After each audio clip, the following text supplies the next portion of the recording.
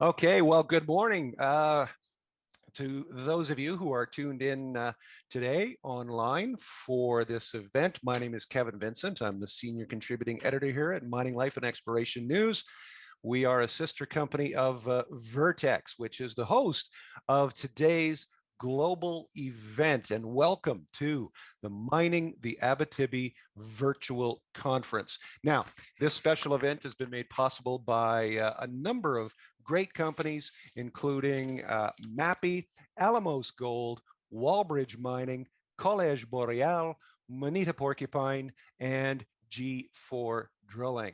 So, ladies and gentlemen, please welcome our second speaker of the day, Zeinab Azadbakht, a regional resident geologist for the Timmins and Sault Ste. Marie district here in Ontario, working for the Ontario Geological Survey's resident geologist program.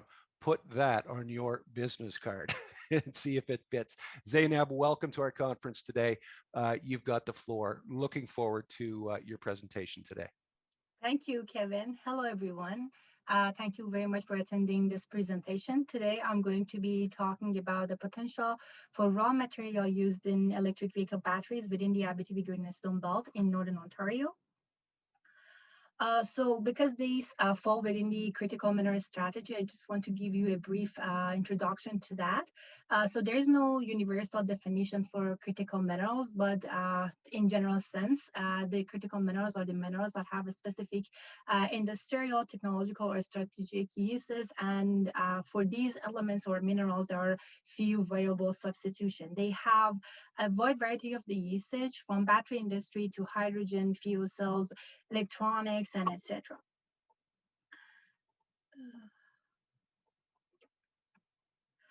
Here is the list of the critical minerals for Canada, just to give you an introduction. Both Canada and Ontario released their list of critical minerals around PDAC in March. Here is the list for Canada, and here's an overlap of the Ontario in blue. There's an 80% overlap between the two lists, but Ontario has a few specifics to itself, namely barite, beryllium, phosphate, selenium, and zirconium. Here are the four elements and minerals that we're going to cover in this presentation, and all four plot within both critical mineral lists. Here is a diagram that I took from our discussion paper for critical minerals, comparing the global demand for battery and raw material in blue in 2018 to green in 2028 to show you how the global demand would change onward. As you can see, for all the four elements, cobalt, nickel, lithium, and graphite, we see a very, very large increase in the demand, and the largest of it belongs to lithium and graphite.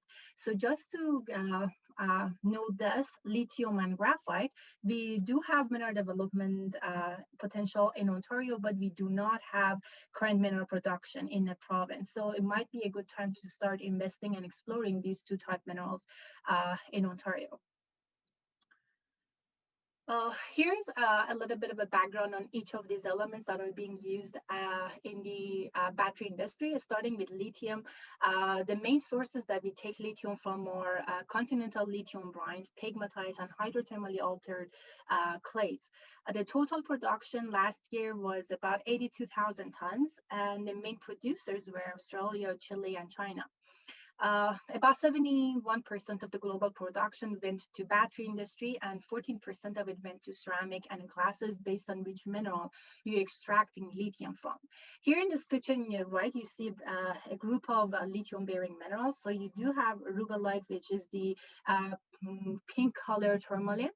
You have lepidolite, which is the lithium mica in purple, and then you have the spodumene, which is the lithium pyroxene, which is the main mineral that we extract lithium for the battery industries, in pale green. And the sample is from one of the pegmatite bodies in Finland. As for the price for the lithium fluctuated a bit over the past few years. It was pretty high back in 2017, declined, and then right in the middle of 2020, when countries and jurisdictions started releasing their critical mineral and the demand started to expand because of the battery industry, the prices started to hike up, and it's sitting at about 90,000 per ton of the lithium carbonate at the moment. Moving on to nickel, the main sources that we extract nickel from are laterite, massive sulfide deposit, and mafic, ultramafic intrusions. The last year global production was about 2,500,000 tons, and the main production came from Indonesia, Philippines, and Russia. About 65% of the global production went to stainless steel industry, and less than 23% went to rechargeable batteries. As for the price for nickel has gone through a few fluctuations in past few years, and is sitting at about $18,000 per ton of the nickel at the moment. As for cobalt, cobalt is mainly sourced as a byproduct of copper and nickel mining.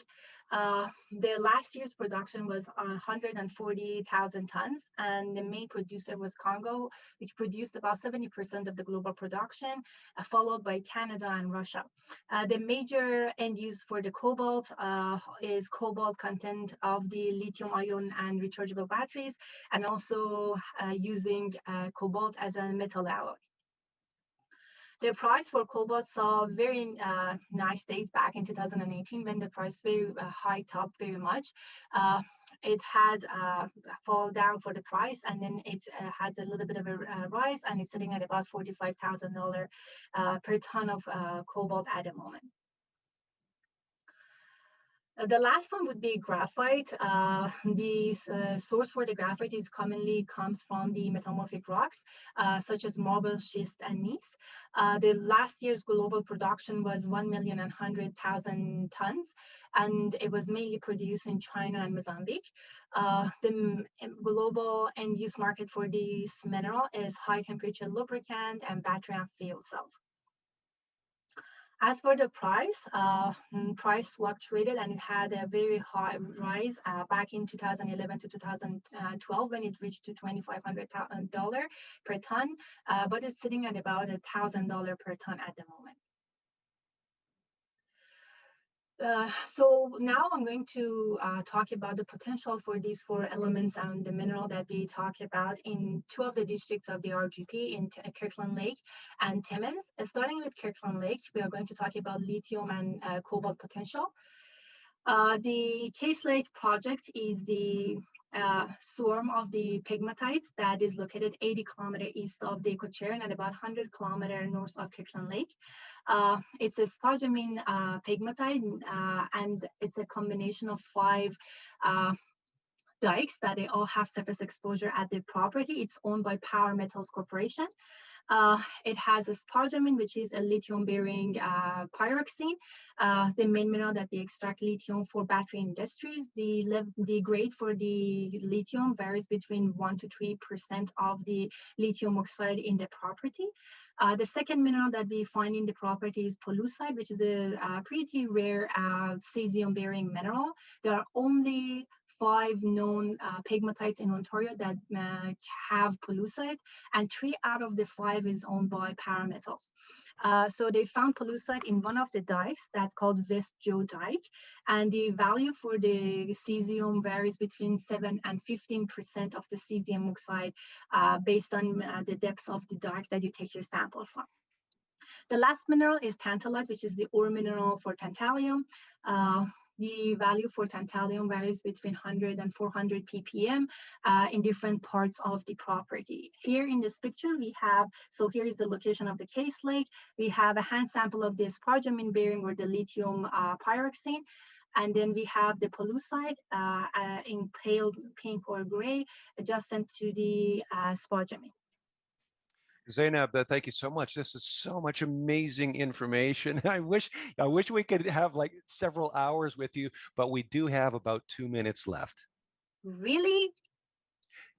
Really? I think we are still counting the time that we weren't live. Okay, I'll tell you what. Let's go 5 minutes. Okay, and let's squeeze as much as you can into 5 minutes. I apologize. Okay, Great. So the Makara project is a cobalt project that's in 150 kilometers northeast of Sudbury. The cobalt found is in high-grade 5-element veins in the Belt Lake mining camp. The measured and indicated values are included of about a million pounds of cobalt and 11,000 ounces of silver. And the inferred values are about 214 pounds of cobalt and about 2,000 ounces of gold of silver. So I'm going to go to Timmins. So for Timmins, we have the nickel cobalt project in Crawford.